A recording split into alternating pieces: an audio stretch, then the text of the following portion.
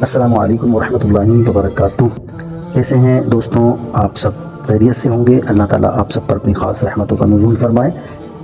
Islamic Urdu stories channel میں آپ کو خوش آمدید کہتے ہیں۔ اللہ تبارک و تعالیٰ اس مہینے کی برکتیں ہم سب کو عطا فرمائے۔ ربیع الاول کے اس موقع پر ہم آپ کے لیے لا رہے ہیں مدنی مذاکرہ یسٹرڈے کے نام سے ایک نیا سلسلہ۔ اس میں انشاءاللہ دعوت اسلامی کے امیر اہل سنت حضرت علامہ مولانا محمد الیاس اتار قادری دامت برکاتہ العالیہ کے مدنی مذاکروں سے ہم آپ کو ان کے خلاصے پیش کریں گے کہ کل کے مدنی مذاکرے میں آپ نے کیا فرمایا۔ امید ہے ہمارا یہ سلسلہ آپ کو پسند آئے گا۔ اگر آپ ہمارے چینل پر نئے ہیں تو ہمارے چینل کو سبسکرائب ضرور کر لیجیے گا تاکہ ہر آنے والی ویڈیو آپ تک پہنچ پائے، اور ہو سکے تو دوسروں کو شیئر بھی ضرور کیجیے گا، اور اپنے اچھے کمنٹ سے ہمیں ضرور نوازیے گا۔ تو آئیے سنتے ہیں کہ کل کے مدنی مذاکرے میں امیر اہل سنت نے کیا فرمایا۔ 17 ستمبر کو فیضان مدینہ میں ہونے والے مدنی مذاکرے کی ابتدا امیر اہل سنت نے تمام حاضرین کو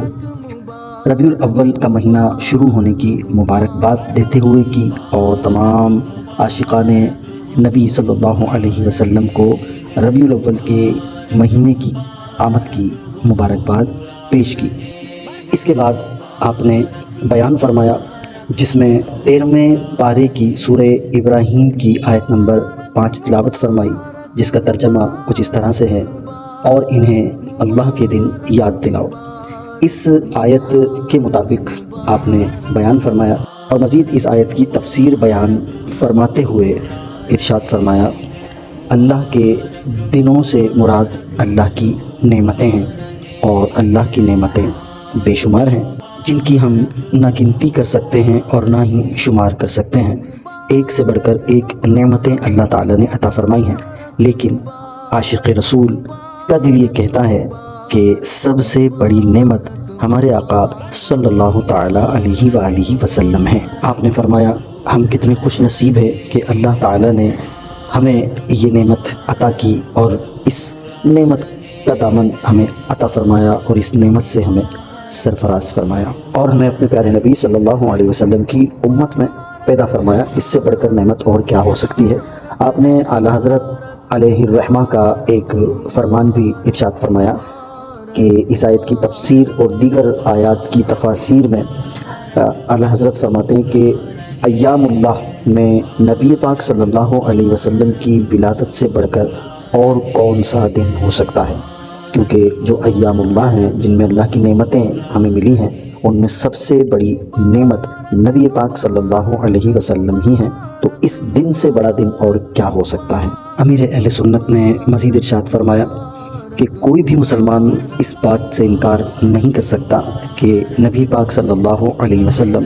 اللہ کی سب سے بڑی نعمت ہیں۔ کوئی مسلمان تو اس کا انکار کر ہی نہیں سکتا۔ اور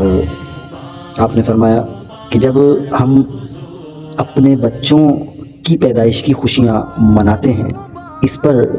کسی قسم کا کوئی اعتراض کوئی بھی نہیں کرتا، تو اپنے نبی صلی اللہ علیہ وسلم کی آمد کی خوشی کیوں نہ منائیں۔ ہم اپنے بچوں کی برتھ ڈے مناتے ہیں، خوشیاں مناتے ہیں، ہمارے ہاں اولاد کی ولادت ہوتی ہے، لوگ ہمیں مبارکباد دیتے ہیں، اور ہم اس پر کسی قسم کا کوئی اعتراض نہیں کرتے، ہم اللہ کی نعمت پر خوش ہوتے ہیں۔ تو ہمارے پیارے آقا صلی اللہ علیہ وسلم تو سب سے بڑی نعمت ہیں، پھر اس پر خوش کیوں نہ ہوں۔ اور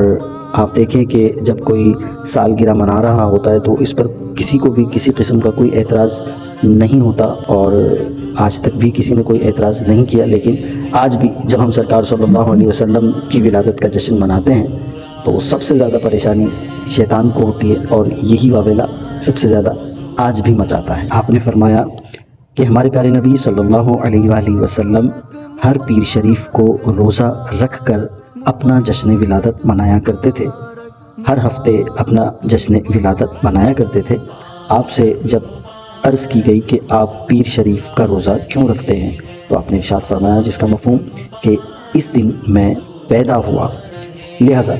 جب ہمارے آقا صلی اللہ علیہ وسلم ہر پیر کو اپنا جشن ولادت منا سکتے ہیں، تو عاشقان رسول اگر سال میں ایک مرتبہ اپنے نبی صلی اللہ علیہ وسلم کا جشن ولادت منا لیں تو اس میں کیا مسئلہ ہے اور کسی کو کیا پریشانی ہو سکتی ہے؟ امیر اہل سنت نے فرمایا کہ ہم انشاءاللہ حشر تک اپنے نبی صلی اللہ علیہ وسلم کا جشن ولادت مناتے رہیں گے۔ آپ نے فرمایا کہ قرآن پاک میں اللہ تبارک و تعالیٰ فرماتا ہے وَأَمَّا بِنِعْمَةِ رَبِّكَ فَحَدِّثْ، ترجمہ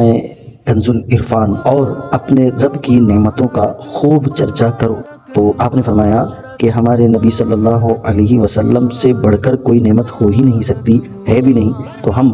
اپنے آقا صلی اللہ علیہ وسلم کی آمد کا جشن ولادت خوب دھوم دھام سے ہمیشہ مناتے رہیں گے انشاءاللہ عز و جل۔ مزید آپ نے ارشاد فرمایا کہ ہم تو الحمدللہ پورا سال ہی سرکار صلی اللہ علیہ وسلم کا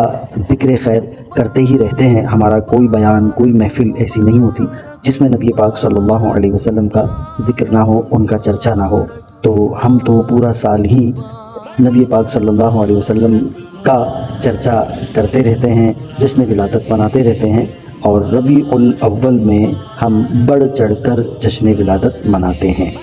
اس مدنی مذاکرے کا پہلا سوال دو مدنی منوں کے ایک خاکے سے ہوا، جس میں انہوں نے امیر اہل سنت سے سوال کیا کہ ہمیں 12 ربیع الاول پر کیا کیا کام کرنے چاہیے، اور جو بھی ہم نیکیاں کرتے ہیں کیا وہ پیارے آقا صلی اللہ علیہ وسلم کو ایصال ثواب کر سکتے ہیں؟ تو آپ نے ارشاد فرمایا ہم نے روزانہ 1200 بار درود شریف پڑھنے کی جو ترغیب دی ہے، تو درود پاک کی کثرت کی جائے، یا 12 روزے یا 7 روزے یا 3 روزے کم از کم ضرور رکھیں۔ مزید آپ نے فرمایا کہ خیرات کریں اور کوشش کریں کہ 12 ربیع الاول والے روز آپ کی ہر چیز نئی ہو، یعنی آپ کا لباس، آپ کا امامہ شریف، سربند، پین، گھڑی، مسواک، عطر کی شیشی، رومال، نئی چپل، چادر، الغرض جو کچھ بھی آپ کی حیثیت ہو نیا خرید سکتے ہیں، ربیع الاول کی خوشی میں ضرور نیا خریدیں۔ مزید آپ نے فرمایا کہ یہ سب کچھ کوئی فرض یا واجب بھی نہیں ہے اور یہ مشورہ بھی نہیں ہے، بس یہ خوشی ہے۔ اگر کوئی خرید سکتا ہے تو اسے چاہیے کہ وہ ضرور خریدے، اور اگر نہیں خرید سکتا تو بھی کوئی مسئلہ نہیں ہے۔ مزید آپ نے سمجھاتے ہوئے ارشاد فرمایا جس طرح عید پر یا شادی پر ہم کوشش کرتے ہیں کہ سب کچھ نئی چیزیں خریدیں، اسی طرح سے ربیع الاول یعنی 12 ربیع الاول پر بھی ہمیں چاہیے کہ ہم ہر نئی چیز خریدیں اور اسے استعمال کریں۔ مزید ترغیب دلاتے ہوئے آپ نے ارشاد فرمایا کہ ان سب نئی چیزوں کے استعمال کرنے سے کیا بعید کہ نبی پاک صلی اللہ علیہ وسلم کی ایسی نگاہ کرم ہو جائے کہ ہمارا یہ میلہ کچیلا سیاہ دل بھی بالکل نیا ہو جائے۔ پھر آپ نے اور آپ کے بڑے شہزادے خلیفہ امیر اہل سنت نے مل کر ایک کلام بھی پڑھا، جس میں پہلا شعر آپ نے پڑھا چھوٹا سا ہے منہ میرا پر بات بڑی سی ہے، کیا آپ میرے دل کی بستی بھی بساؤ گے، اور یہ کلام پڑھتے ہوئے آپ دیدہ بھی ہو گئے۔ ایک اسلامی بھائی نے سوال کیا کہ اندازہ، بدگمانی اور تجربہ، اس کے بارے میں ارشاد فرمائیے۔ بعض لوگ کہتے ہیں میرا اندازہ ہے لیکن وہ بدگمانی ہوتی ہے، بعض لوگ کہتے ہیں میرا تجربہ ہے مگر وہ بھی بدگمانی ہی ہوتی ہے، لہٰذا اس بارے میں تفصیل سے ارشاد فرمائیے۔ اس کے جواب میں آپ نے ارشاد فرمایا بدگمانی کسی کے بارے میں کسی برائی کے لیے خیال جما لینا اور اس کا زبان سے بھی اظہار کر دینا کہ بظاہر کوئی قرینہ یا دلیل نہ ہو، حرام اور جہنم میں لے جانے والا کام ہے۔ ہاں، تجربے کو کچھ رسپانس دیا جا سکتا ہے، اس کے علاوہ اندازہ نہیں مانا جائے گا۔ قرآن پاک میں ہے بعض گمان گناہ ہوتے ہیں۔ آپ کے ارشاد کا لب لباب یہ ہے کہ کسی کے بارے میں بھی ہرگز بدگمانی نہیں کرنا چاہیے، کیونکہ بدگمانی بھی ایک گناہ ہی ہے، اور گناہ کوئی سا بھی ہو جہنم میں جانے کا سبب بن سکتا ہے۔ لہٰذا جب تک کامل یقین نہ ہو کسی کے بارے میں کوئی گمان قائم نہ کریں، کہ قرآن پاک میں اللہ تبارک و تعالیٰ نے ارشاد فرمایا جس کا مفہوم یہ ہے کہ بہت سے گمان گناہ ہوتے ہیں۔ مزید آپ نے اعلیٰ حضرت علیہ الرحمہ کا ایک فرمان بھی سنایا کہ کوئی بات اگر کسی میں دیکھیں تو اس میں اچھا پہلو یعنی خوش گمانی کرنا واجب ہے، اچھا پہلو نکالنا واجب ہے کہ کوئی ایک اچھا پہلو نکالیں بجائے بدگمانی کرنے کے۔ مزید ایک حدیث پاک بھی ارشاد فرمائی جس کا مفہوم یہ ہے کہ اچھا خیال اچھی عبادت میں سے ہے۔ الغرض آپ نے بدگمانی کی مذمت فرمائی اور اس حوالے سے کئی روایات، واقعات اور احادیث اور قرآن پاک کی آیات سے بھی حوالہ پیش کیا۔ مزید آپ نے ارشاد فرمایا کہ زندگی کے ختم ہونے سے پہلے ہمیں چاہیے کہ ہم اپنی آخرت کی تیاریاں کریں۔ گنتی کے سانس ہیں اور جب یہ پورے ہو جائیں گے تو پھر ہم کچھ بھی نہیں کر پائیں گے، اور جوانی میں جو عبادت ہو جاتی ہے وہ بڑھاپے میں نہیں ہو سکتی۔ اور بوڑھے لوگوں کے حوالے سے بھی ارشاد فرمایا کہ انہیں کس طرح گھر میں رہنا چاہیے، مسکراتے رہنا چاہیے، شفقت کے ساتھ رہنا چاہیے، اور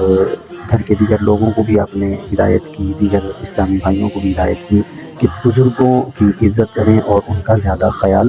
رکھیں بنسبت جوانوں کے۔ ہم زیادہ تر جوانوں کو رسپیکٹ دیتے ہیں، حالانکہ زیادہ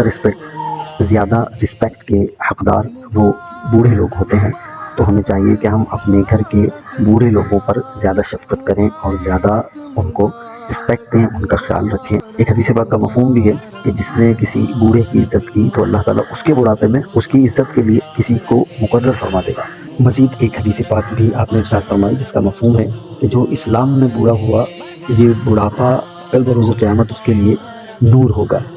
ترمذی شریف کی یہ روایت آپ نے بیان فرمائی۔ کچھ بچوں نے ویڈیو پیغامات کے ذریعے امیر اہل سنت کو ربیع نور شریف کی مبارکباد دی، جس پر آپ نے تمام بچوں اور ان کے والدین، ان کے خاندان والوں کے لیے خوب